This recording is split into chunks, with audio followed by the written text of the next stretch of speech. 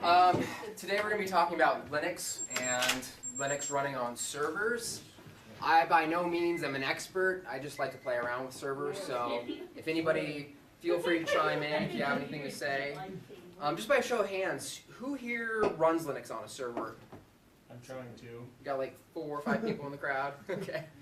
So today I'm just going to be giving a brief overview of the different types of servers, the different way to run Linux on those servers. So yeah, feel free if you have any questions, just raise your hand or chime in if you have any comments. I'd love to hear what you guys are doing, if you're running Linux, if you're running BSD, or if you're running Windows, you can admit to that too. So. Who runs Windows servers? Any people who want their servers to leak, you have to shut them off every 12 hours and turn them back on. So, I guess to start off with, we should define, there's really 3 main types of servers, or at least ways you can pay for servers. They're shared, where it's kind of like living in an apartment where everything is shared between the entire community. You share the CPU, you share your hard disk space, you share the RAM, and if you use a shared server, there's a lot of rules. You can't task the CPU too hard. You got to be respectful of the other people living in your community. But shared servers are cool for if you need to quickly set up a web page or you want something that's simple. I use a shared server for my personal website that I update like once every 6 months to a year. And the nice thing about the shared server provider that I go through is I have a WordPress instance on the website, and they manage that WordPress instance for me, and they keep it up to date. That way I don't have to worry about any security holes. So shared is great for if you just want to get a website up quickly and you don't want to have to worry about it. The next type of server is a VPS. That's a virtual private server, and that would kind of be like living in a condominium where you have your own space, but you're still in a community. And with a VPS, you have your own RAM carved out for you. It's virtual. You have your own hard disk space carved out for you, and you have your own CPU cycles carved out for you. So you're guaranteed a certain level of power with a VPS. And VPSs can be pretty cheap too. I run a VPS, and VPSs are actually my favorite way to go. I like them because you don't have to worry about the hardware side of it. You can have them connected with some super fast internet connections, and there you can, if you find the right place, you can get them for really freaking cheap. And then the third type is dedicated, and dedicated is you have your operating system installed on the bare metal. And the entire computer is for you. Dedicated systems are every Linux guy's wet dream. Dedicated is the way to go if you want power. But the downside of dedicated is that they cost a ton. Hey guys. Oh wow. So when are we going to get to the offshore BitTorrents? That's coming, that's coming. I know all of you saw the seed box in the email and you're like, oh, I'm coming for that. We'll get to that though, don't worry. But dedicated is really cool, but super expensive. Now also, dedicated can be considered, so that's if you pay for dedicated through a private company. You can also consider any computer that you install Linux on to be a dedicated server. I technically have a dedicated server that runs under my bed. It's just an old laptop that I bought from a pawn shop, threw Linux on it. I have a CPU cooling pad. Sorry, more people coming in. Hey. And I just have that running under my bed 24/7 and then hooked up directly to my router. So, like I said, shared, VPS, and dedicated. I use all 3 types. All 3 types have their roles. Let's see. So first, why don't I show you what a shared one looks like? I use DreamHost for my shared server. Let me log in.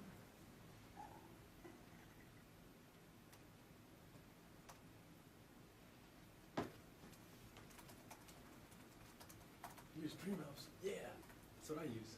Nice. And if you guys use DreamHost, do not pay the full amount. You can always find some freaking cheap coupon codes. I got a year of DreamHost for $30 that came with a domain name, which is like $10 in itself. So the domain name and my space I got for $30 for an entire year, when normally it's like 100, 120. Always look for a coupon code. DreamHost always has them 24/7 pretty much. I like DreamHost because it makes managing your sites dead simple. You don't need to know any Linux command prompts or know Linux at all to be able to use a shared server like DreamHost. Let me see. And one of the cool things about shared instances is that a lot of the shared servers will have these one-click installers. So you can install WordPress or Joomla or Moodle in literally minutes, and they do all the work for you. The downside of a shared server is that you don't have root. So if there's a program that they don't have installed, it's more difficult. There are still ways to install stuff if you don't have root, although they kind of frown upon that. I was able to set up OwnCloud on DreamHost, but I'm pretty darn sure that's against their terms of service. But I was able to just make my own sort of bin directory and then manually compile everything from source and work around that. But it's frowned upon. And then they also do the domain management for you. And they're super easy to point your domain to. So I've got conradsykes.com here and conradandcanada.com here. This was a website that I set up for my wife and I before we got married.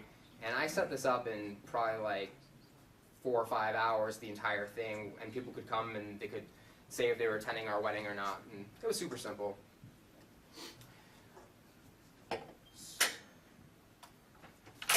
So the next thing I want to talk about is VPSs. VPSs are my personal favorites.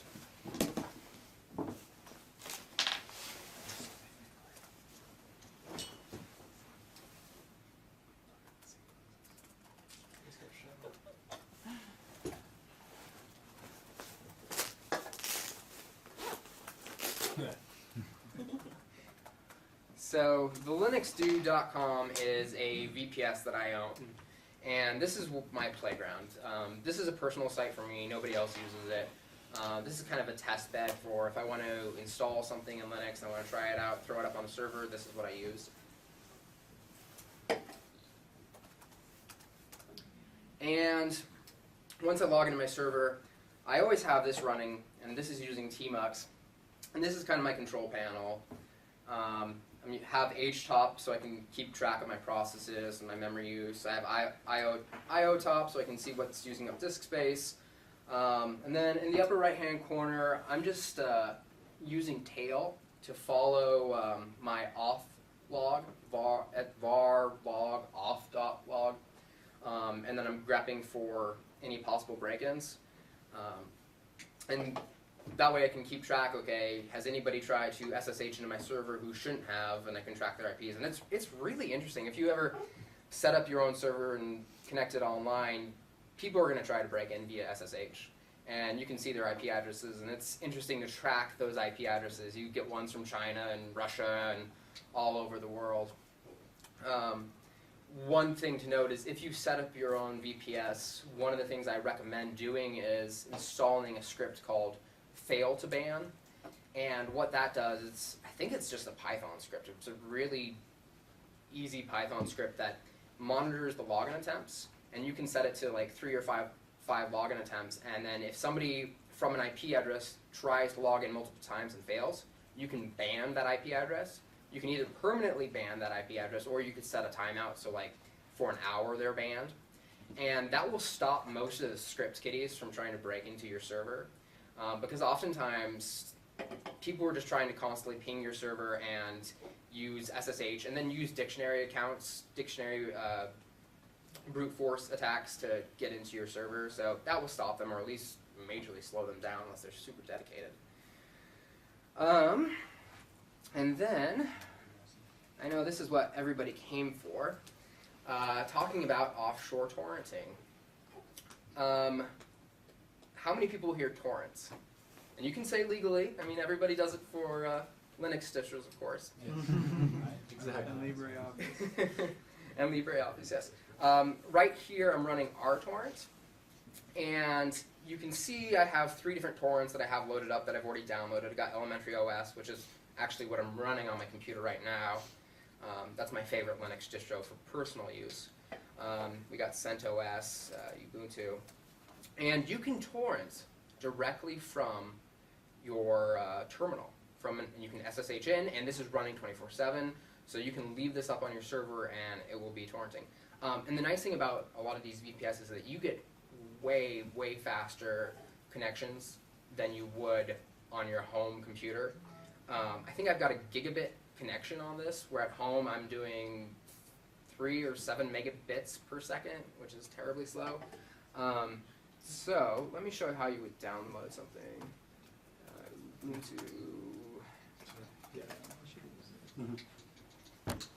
Still got to download it yourself. Oh, hold on, we got one more coming in. Hey, Andy. Hi. Pull up a chair. You missed it. Just go. Oh. We're getting to the reason everybody came, was the offshore torrenting. Ooh, sounds fun.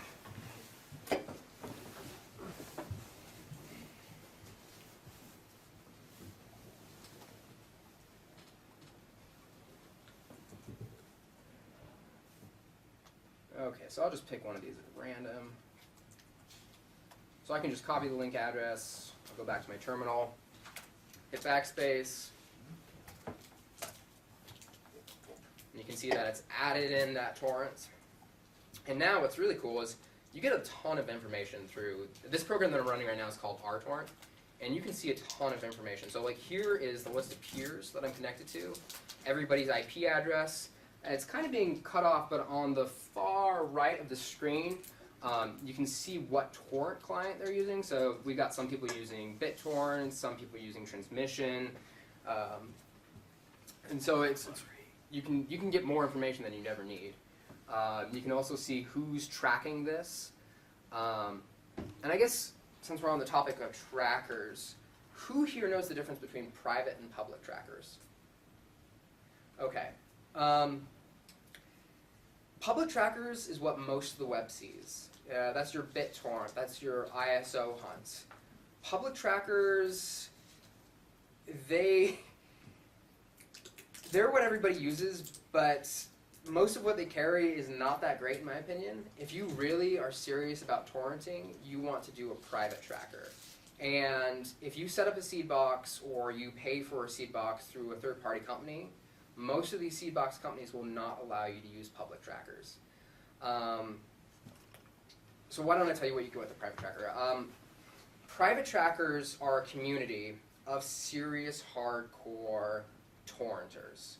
These are the people who are torrenting 24/7 a day, who have the super fast internet connections.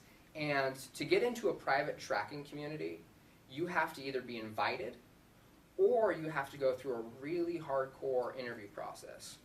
And if your friend invites you and they're part of that community, and you break the rules in that community, that can negatively impact your friend, and your friend can get kicked out. So getting an invite to one of these is a really big deal. And there's a lot of rules for being in a private tracker community.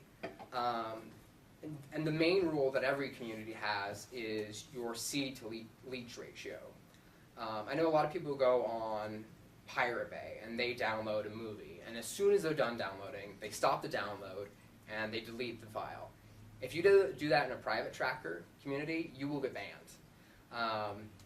Private trackers, people who use private trackers, they pride themselves on having great ratios, 10:1, 100:1. So if you downloaded a 1 megabyte file, then you would have uploaded it 10 or 100 times more.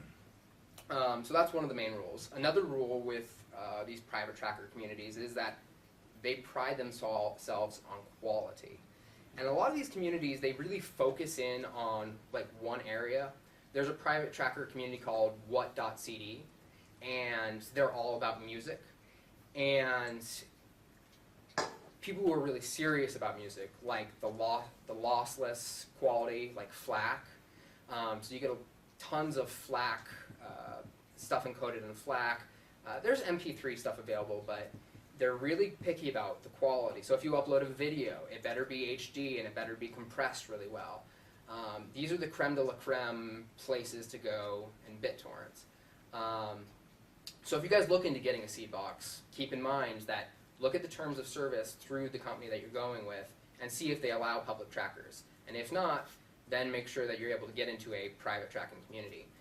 But if you have a seed box, that's one of the best ways to get into these private tracking communities. If you go into the interview, they're going to ask you about your internet connection. So tell them that you have a seed box and that that's not an issue. So this is our torrent, and this, like I said, you can do this all from the terminal.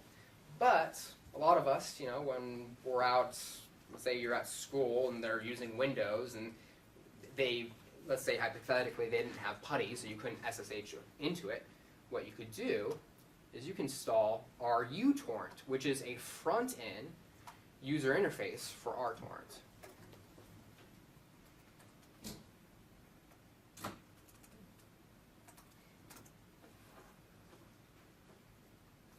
So, as you can see, this looks pretty much like a normal torrent that you'd be used to, like BitTorrent or uTorrent.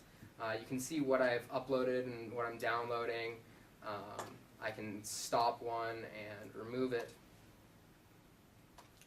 And one of my favorite features about our torrents, and about a lot of torrents, but you can do this with BitTorrent or any other torrent, but a lot of people don't know about this, is that you see over here on the feed section, you can put in an RSS feed for a torrent and then automatically have that torrent downloaded. So like if there was a TV show you were following or a podcast that you're following. So I follow this podcast called Unfiltered.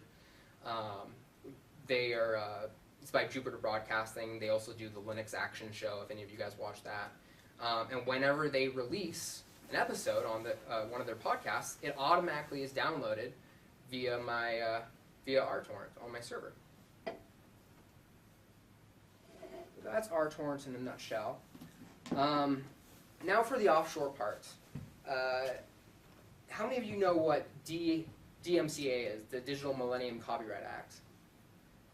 How many of you ever gotten DMCA warnings from your ISP? Am I the only one? It's okay to admit it. I think I got a warning before that came out. I've gotten warnings. Yeah, I've gotten some In warnings. Florida? That was in the late 90s. So now ISPs, there was some law passed, I can't remember what it was called, but last year the ISPs got together with the government, and now there's what, it's like a 3 strikes kind of rule where they can, after a certain number of strikes, they can limit your bandwidth and they can take away the internet from you. And it's a scary thing, especially for us computer people. I would rather be without my car than without my internet. Yeah. Did that. So, if you decide to do a seed box, look at the terms of service of the server that you're going with, and I recommend with going one offshore. So the seed box that you're looking at right now, that seed box, I only do completely legit stuff, although I would never do anything not legitimate. But hypothetically, if I was to do anything that would get me in trouble with the DMCA, then I would go with something that was offshore. Which is why I have a second seed box.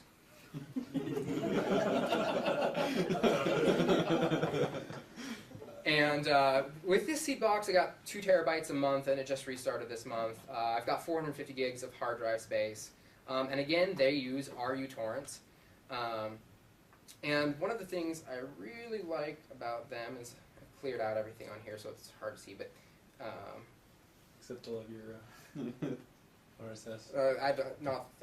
not that I do anything with that. But once you download something, it will automatically populate your files here, and then you can just right-click on it and choose Save As, and then it will download directly to your computer.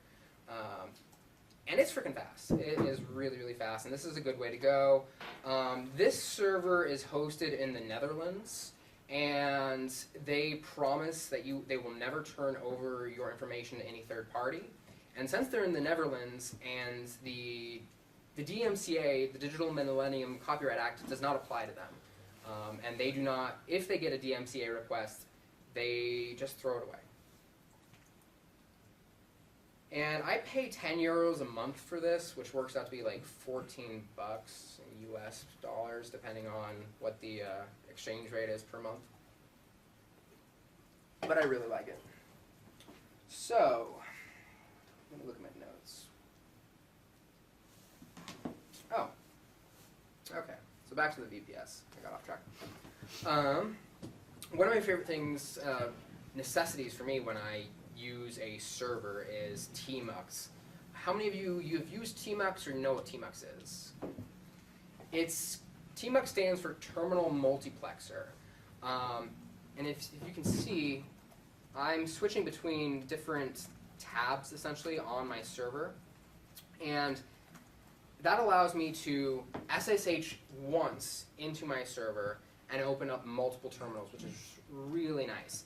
And for TeamX, the control binding for it is Control B, and then there's a whole bunch of different commands. So I'm going to do Control B, C to create a new window.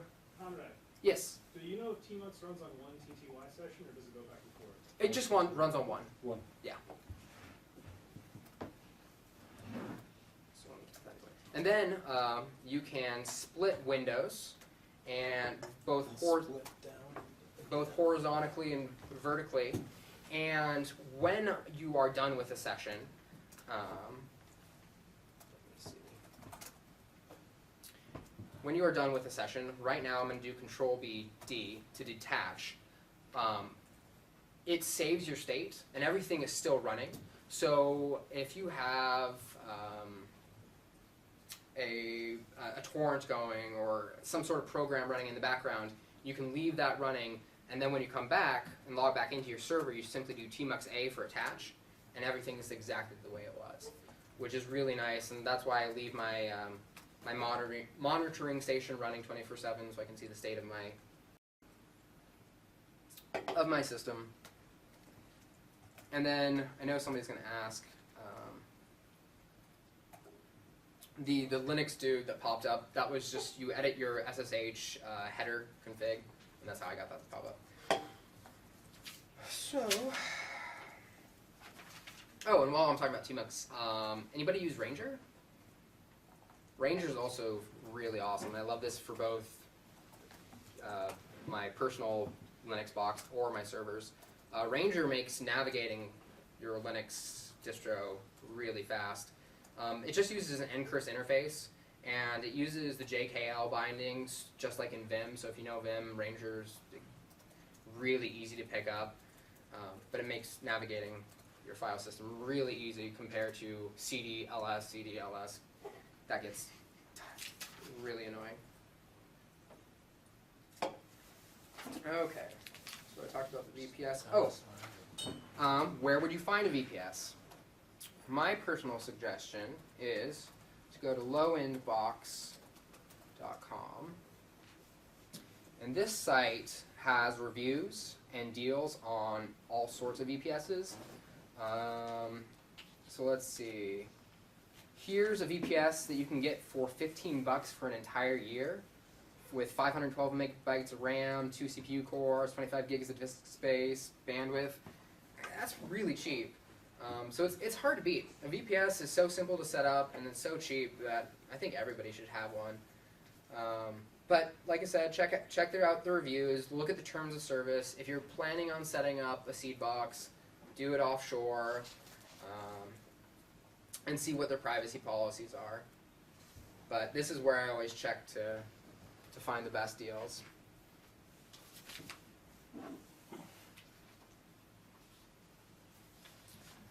And then I was going to talk about my dedicated server at home, but right now it's having some issues, so I can't SSH into it from here. But my dedicated server from home, like I said, is nothing to write home about. It's just a used laptop that I keep underneath my bed and have running on a fan that goes 24/7. If you set up a server at home and you wanted it to connect via the web, what you'll need to know is you're going to need to know some stuff about port forwarding. And then you also need to understand that on a typical internet connection that you get from Comcast or CenturyLink, your IP address is dynamic. It changes periodically. So if you want to run a website and have your domain name point to that IP address, what you're going to need to do is you're going to need to use a service like noip.com, which you can either set up your router or your modem at home to automatically notify their servers whenever your IP address changes, and then they will update where your domain name points to. Or you can install a program in Linux which will do that if you don't want to configure your router. But doing it on your router is pretty simple. All of the routers that I've gotten from CenturyLink, because that's who I go through, have allowed me to configure it that way.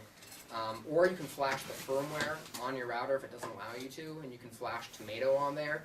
And I have a lot of friends who use Tomato, and they say it's great. So if your router doesn't let you do it, you can either flash it with Tomato, or you can install NoIP directly on your server, and it will do it through software.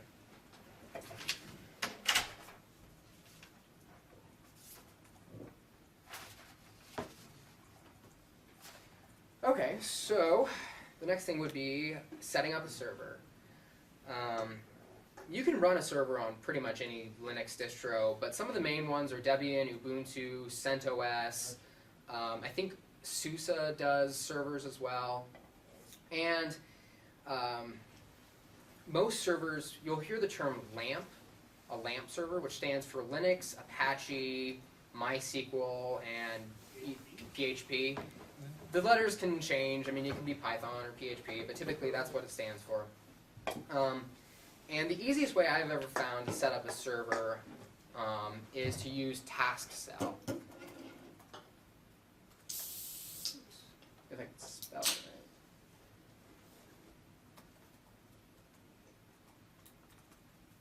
I might not even have it on there.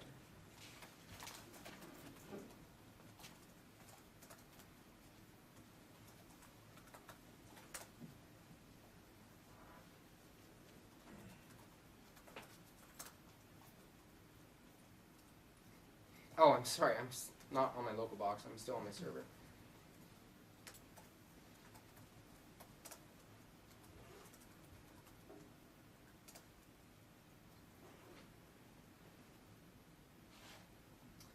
Okay, technical difficulties.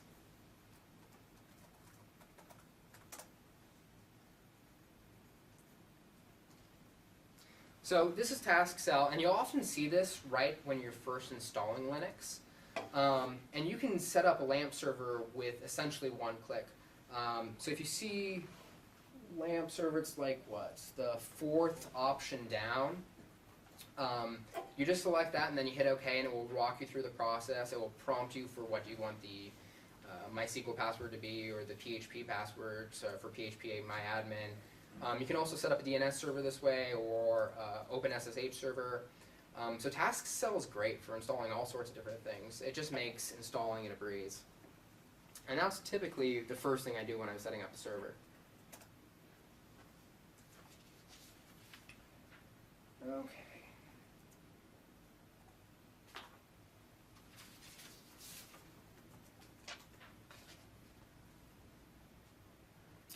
So let's talk about a few things you can install on your server. One of the things I like to run is a proxy. And anybody who knows me from high school kind of knows that I have a long history with proxies. Just a little bit. Just a little bit. Got in a little bit of trouble when I was in high school. But it did land me my first job, so that was nice. You hear the story? Yeah, when I was in high school, we had a web filter that was really overprotective. It was called BESS, and whenever you would go to a blocked site, a picture of this barking dog would come up and say, no, you can't go there. And so I set up a proxy, and I called it Bad Dog, and it allowed everybody in the school in District 81 to bypass the web filter called BESS. And the school tried to block it like 3 or 4 times, and they could block it each time. But what I had set up was I had to set up a redirectional subdomain. So it was baddog.net.tc, and then when they blocked that, I just changed it to TD. And for whatever reason, they were really slow on catching on, and they blocked stuff by URL instead of IP address. And so you could just set up change the URL by 1 character. And so for months we played this cat and mouse game. And so finally they brought me into the office and they said, Conrad, we know you built this website and we should expel you, but we can't shut it down. So we'll make you a deal. We'll change your expulsion into a 3-day suspension if you shut down your website. So I took the deal, shut down the website, and then I did my 3-day suspension. And a while later, I came back to school, and I actually started working for the school. I worked for District 81, and I helped set up their first online school through Blackboard for high school. And so for my senior year of high school, I worked for District 81. So yeah, that's kind of the story. But Notice that was restricted bans on specific URLs.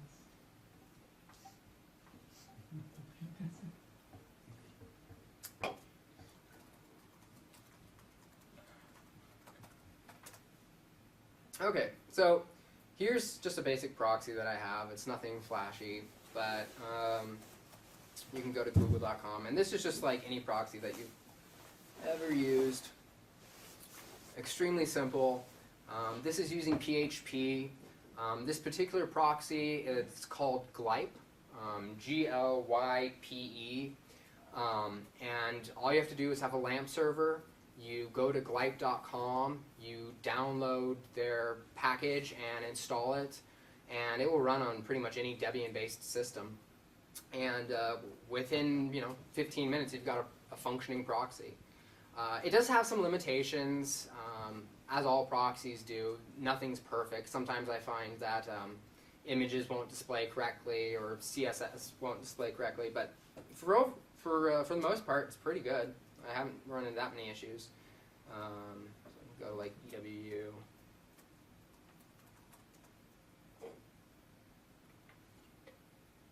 And it's fairly fast if you have a fast server. And the other thing I like about it is that it's got this really nice control panel.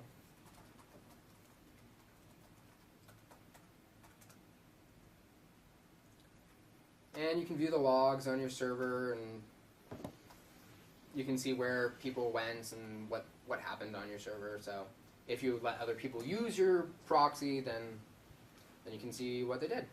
But also keep in mind that if you use a proxy, you should probably do it offshores, because there's a lot of legal stuff that goes in with a proxy. If you run it in America, you're supposed to keep your logs, and you can be held responsible for what people do on your proxy if they use it. So another thing I like to run on my server is OwnCloud. And I know some. Oops, this is not good. Why is this not good?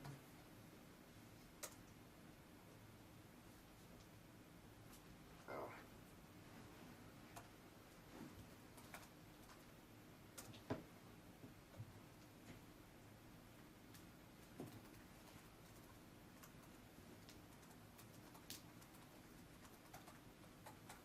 Some of you may have heard me talk about this when I did my presentation on privacy.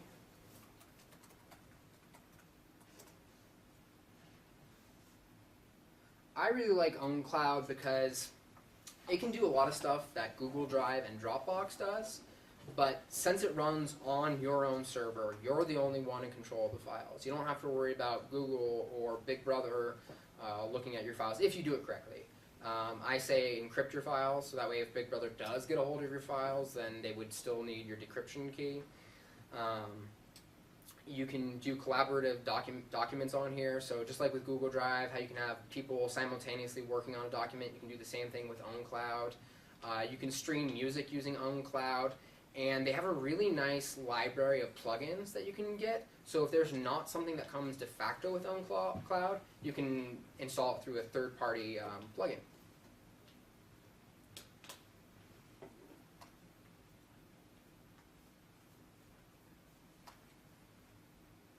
So here's just a text document.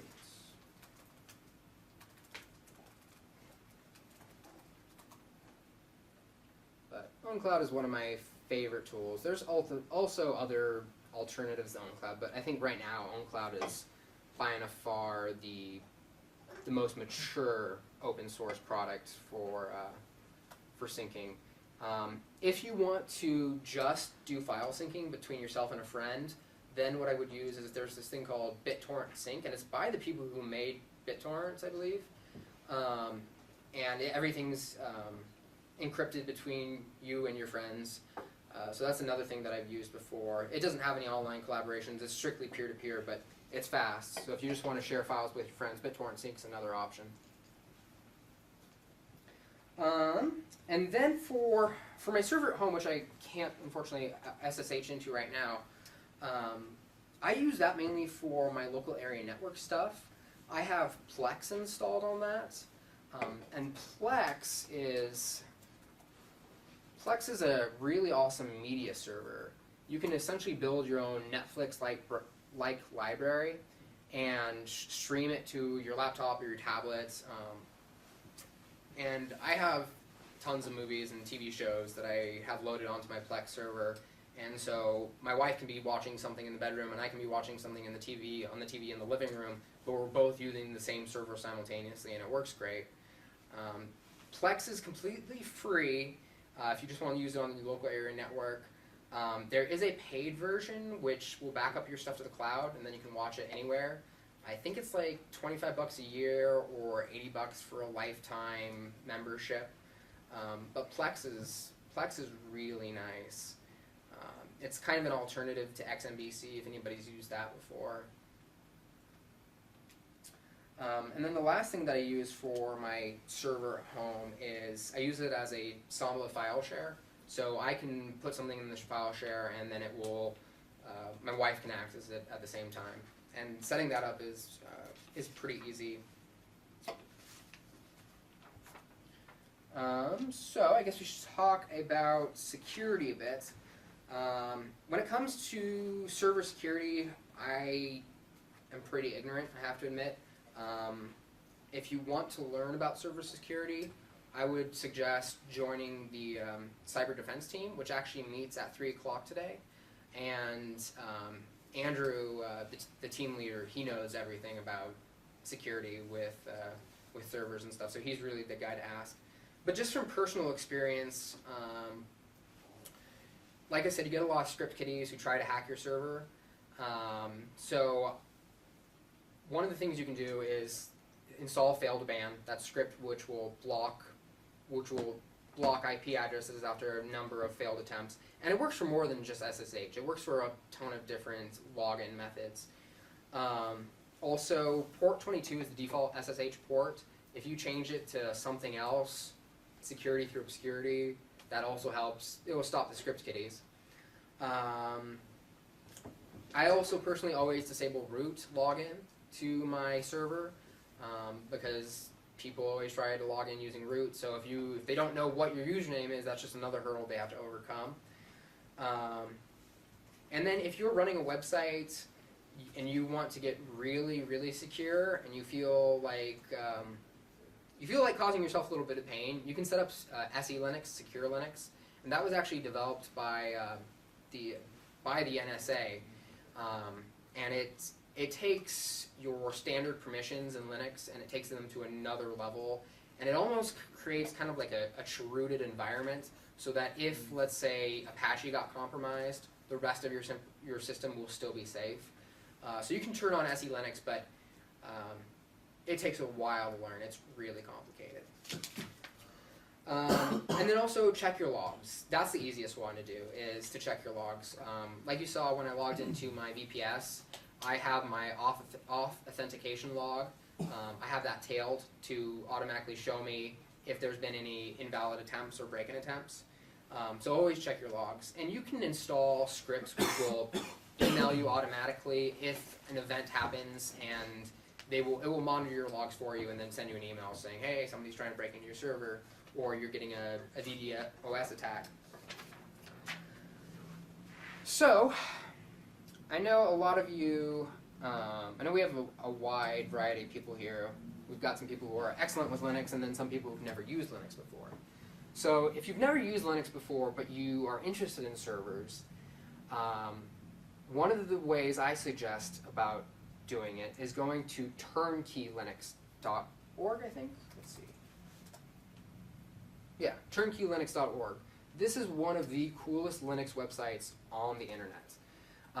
They have pre-configured Linux environments, server environments for you set up. So let's say that you were interested in OwnCloud, what I showed you earlier, but you don't know Linux very well, and you don't know how should I set this up, how do I set up a LAMP server, how do I install OwnCloud.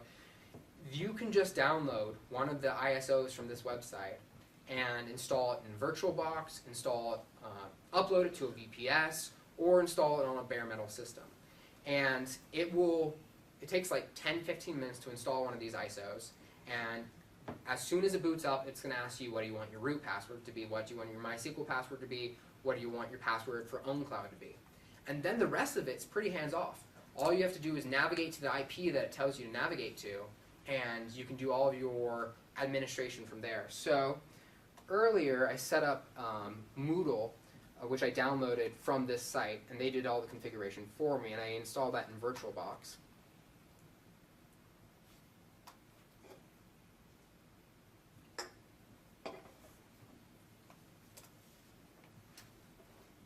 And Moodle is an online school application, so if you wanted to set up your own online school, you could do it with Moodle. And they've got a ton of cool stuff on here. If you're interested in coding and doing Ruby on Rails, they've got an entire Ruby on Rails server that's ready to go. They've got over 100 different ISOs that you can set up, or that they've got pre-set up for you.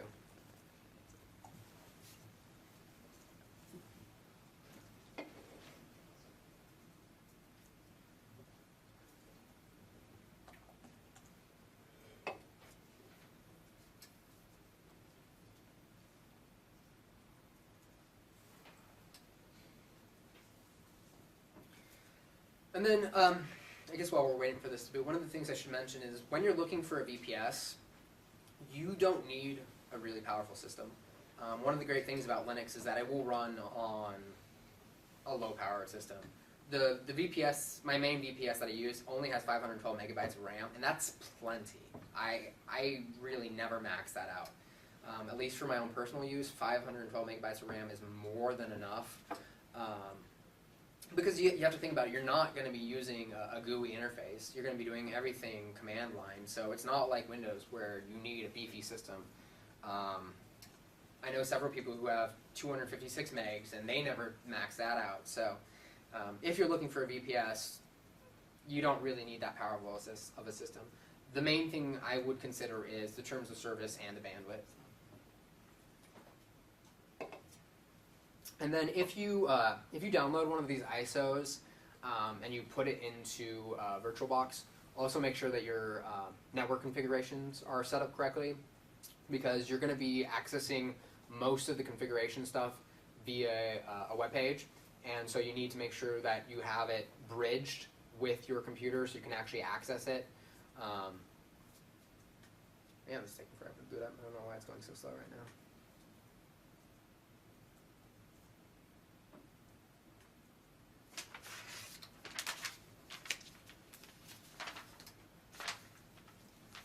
All right, so while this is waiting, does anyone have any questions or comments, or what do you guys use your servers for? I saw some of you raise your hands earlier when you said you had servers. Backup. Anybody use it for work, or? A couple of days I'm going to be having a media server set up. Ooh, are you going with Plex or XMVC, or? As of this last hour. Nice. I don't know what I'm going to do with it yet, because I haven't really made any decisions.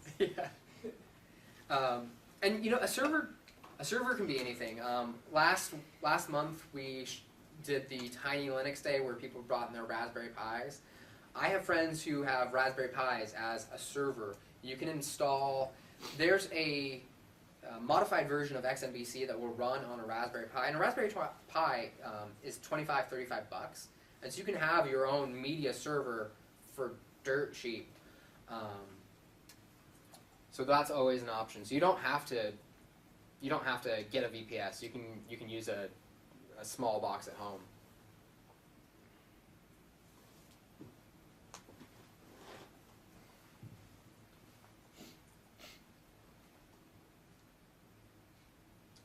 Okay, well, talking about network configuration being important.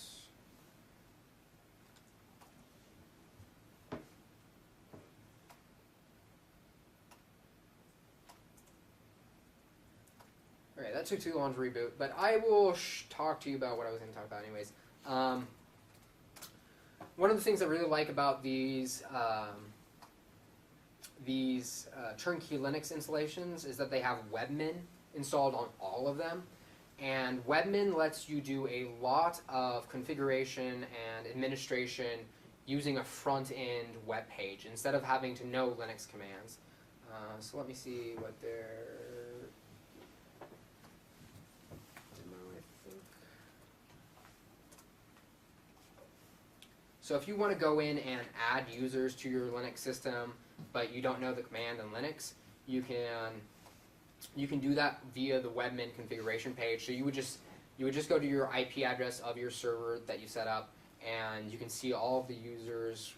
You can change the permissions of that user, change them from an administrator if they have sudo access or not. This is how I set up my Samba server at home. Was I used webmin. It just made it really simple. It was like 4 or 5 clicks, and I had a network attached storage going.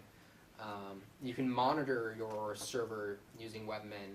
So I monitor my server with the TeamX and HTOP, but you could use webmin. Webmin works really, really well, and it makes doing all of this just super simple. And it comes with all of those turnkey Linux installations. You can change the security on your SSH server. So webmin is definitely something to look into if you're setting up a server for yourself and you're not very familiar with Linux. Webmin is the way to go.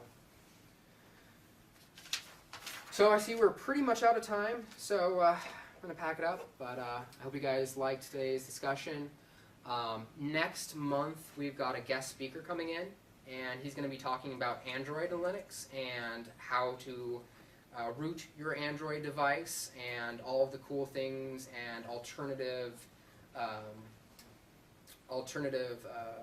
what do you call them? ROMs, thank you. Alternative ROMs that you can install. So I'm really looking forward to that. So show up next month. We have the guest speaker, and yeah, hope you guys had a good time.